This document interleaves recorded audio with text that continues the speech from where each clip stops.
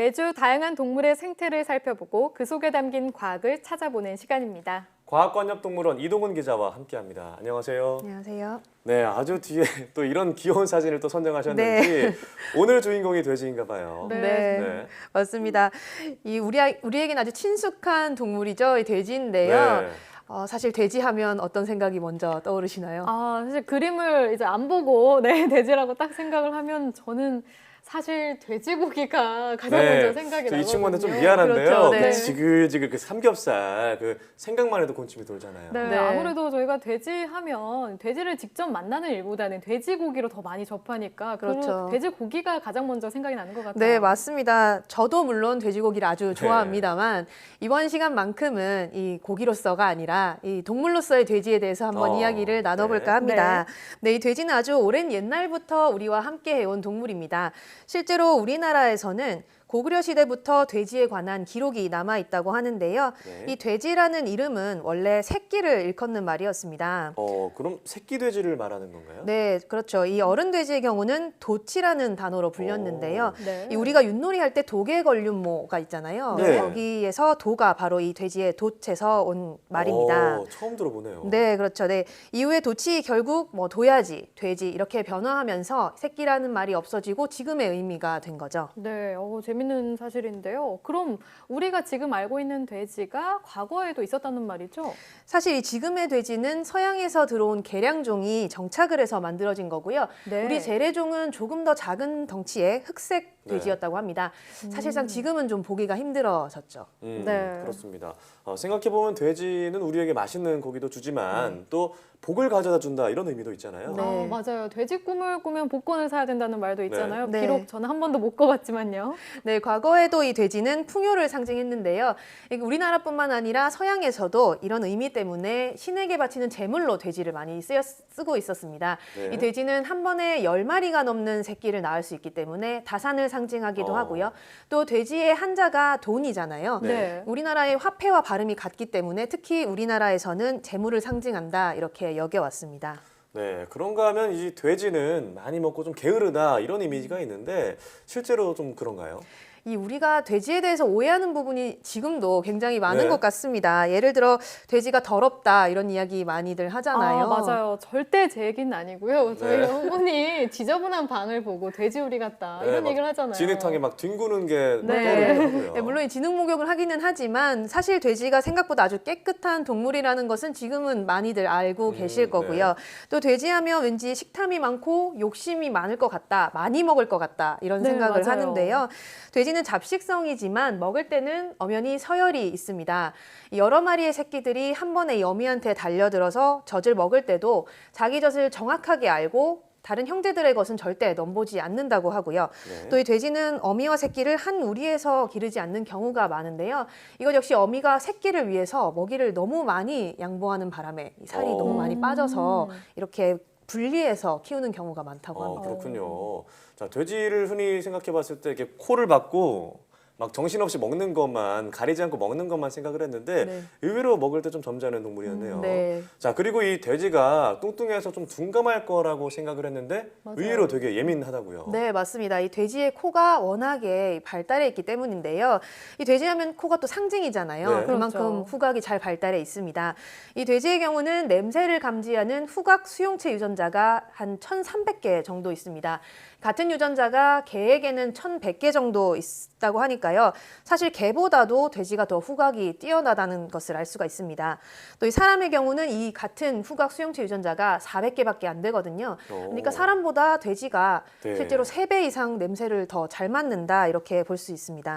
그리고 돼지하면 역시나 돼지 코가 참 인상적인데 네. 이 코로 냄새를 잘 맡는다는 사실이 과학적으로도 입증된 셈이네요. 그렇죠, 네. 그럼 이 외에도 또 우리가 자주 하는 돼지에 대한 오해가 어떤 게 있을까요? 네, 아마 들어보신 분들도 많이 있을 텐데요. 돼지가 네. 좀 덩치가 크고 느리다 보니까 네. 미련해 보인다 이렇게 네. 볼 수 있잖아요. 하지만 돼지는 개보다도 더 똑똑한 동물입니다. 후각뿐만 아니라 어떤 지능까지도 개보다 뛰어나네요. 네, 이 돼지의 IQ가 75에서 85 정도거든요. 그러니까 서너 살 아이와 비슷한 네. 수준의 지능을 가지고 있다고 합니다. 또 이 지루한 것을 싫어하고요. 생각하는 것을 좋아하는 아주 영리한 동물이 바로 이 돼지입니다. 네, 의외네요. 실제로 네, 이런 사례를 한번 보여드릴까 하는데요. 지금 화면을 한번 돼지가 봐주시면. 그림을 그리고 있어요. 네, 그렇죠. 이 돼지의 이름은 피그와 피카소를 더한 이 피그카소라는 돼지입니다. 이름이 귀엽네요. 네, 2년 전에 남아프리카 공화국의 한 도살장에서 도축 직전에 구조된 돼지인데요. 이 보호구역에 살면서 이렇게 새로운 재능을 발휘를 하고 있습니다. 네, 굉장히 심취해 있는 것 같아요. 네, 그렇죠. 이 당시에 이 보호구역 책임자가 이 돼지에게 한번 붓과 물감을 줘볼까 해서 갖다 줬더니 이렇게 정확하게 캔버스 위에다가 돼지가 붓으로 그림을 그리는 것을 확인을 했다고 합니다. 이후에 이제 이 돼지가 계속 작품 활동을 해왔고요. 네. 실제로 피그카소는 지금 자신의 갤러리를 가지고 있는 작가입니다. 야, 대단하다. 네, 또 이렇게 그린 그림이 우리 돈 200만 원이 넘는 아주 비싼 가격에 팔리고 있다고 합니다. 와, 대단하네요. 네. 붓을 이제 물감에 잘 찍어서 그리는 것도 네, 신기한데요. 저는 제가 예술적 감각이 없어서인지 네. 저 그림을 사실 어떻게 봐야 될지 조금 모르겠어요. 난해한 편이죠, 작품. 네네. 예술적 네. 감각에 있는 오앵커가 무게는 어떤가요? 네, 미대 출신으로서 제가 한번 미학의 관점으로 그림을 딱 보자면 그냥 그건 잘 모르겠고 그냥 돼지가 붓을 그리고 그림을 그렸다는 것 자체로 가치가 있는 것 네, 같은데요. 맞습니다.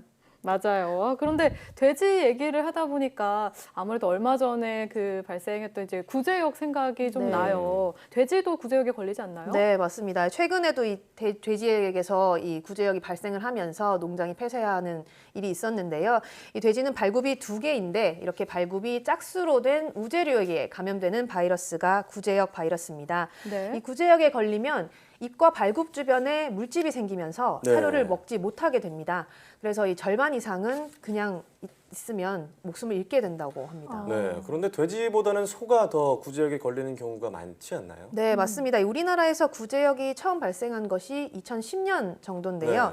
이후 소에게는 이 해마다 구제역이 발생해서 이 비상 경계령이 내려지곤 했었는데 돼지 농가에서 구제역이 발생한 것은 이번이 2016년 이후에 2년 만입니다. 근데 이 돼지의 경우는 소보다 바이러스를 옮기는 능력이 훨씬 뛰어납니다. 무려 이 1000배에서 2000배 이상 더 전염성이 높다고 하거든요.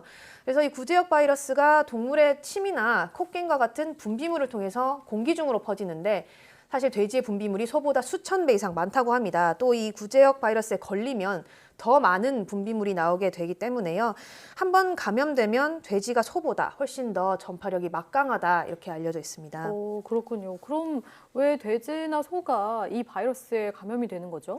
네, 이 구제역 바이러스 표면에는 3가지 종류의 단백질이 있는데요. 이 가운데 한 가지 단백질이 소와 돼지와 같은 우제류의 세포에 있는 단백질과 결합을 하게 됩니다. 네. 그런데 이 사람한테는 구제역 바이러스가 이렇게 결합할 수 있는 단백질이 없거든요. 그러니까 사람한테 옮기지 않고 특히 이 우제류, 뭐 소, 돼지, 낙타 이런 종류의 우제류에게 많이 옮긴다고 봅니다. 네. 네. 네, 이제 겨울철이나 이럴 때 되면은 항상 구제역으로 좀 피해를 보고 있는데 그럼 이 구제역을 예방할 수 있는 방법은 어떤 게 있을까요? 이 구제역 바이러스가 사실 우리에게 독감을 일으키는 인플루엔자 바이러스보다도 훨씬 더 생존력이 강하고 강력하다고 합니다. 우리가 이 감기를 예방하기 위해서는 손을 씻는 것만으로도 이 감기를 막을 수 있다 이렇게 알고 있잖아요. 그 이유가 인플루엔자 같은 경우는 이 물에만 씻어도 없어지는 바이러스거든요. 그런데 이 구제역 바이러스 같은 경우는 구연산이나 가성소다와 같이 아주 강한 산이나 염기로 소독을 해야 됩니다. 그래서 사실 이 농가의 소독은 필수인데요. 소독을 하는 것 자체도 쉽지 않은 일이라고 합니다. 또 이 바이러스의 침투 자체를 막도록 백신을 접종하는 것도 굉장히 중요한데요.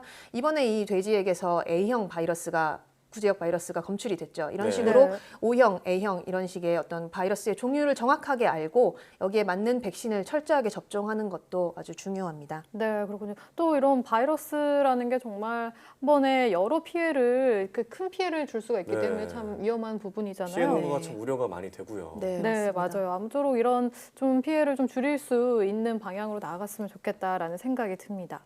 오늘 이렇게 돼지에 대해서 이야기 나눠보니까요. 좀 귀여운 돼지도 돼지도 참 인상적이지만 이 돼지고기로만 생각을 했었는데 네. 근데 좀 많이 오해한 부분이 있었구나라는 네. 생각이 들었습니다. 좀 게을르다든지 둔감하다든지 이런 생각을 했었는데 미안하다는 생각이 들고요. 이 여러모로 우리한테 도움을 많이 주는 동물이구나 이런 생각이 듭니다. 맞습니다. 네. 네, 또 아까 말씀드린 대로 구제역이라는 그 피해가 좀 줄어들었으면 하는 바람도 있고요. 참 저도 이제 돼지고기를 참 좋아하거든요. 네. 자, 근데 오늘은 이제 그동안은 먹이로만 생각했다면 앞으로는 이제 동물로서 돼지를 더 생각할 수 있지 않을까 생각하는 의미에서 오늘 저녁은 삼겹살로 하도록 네, 하겠습니다. 좀 모순적이시네요. 네. 네, 돼지를 위해서요. 네, 그럼 오늘 말씀 고맙습니다.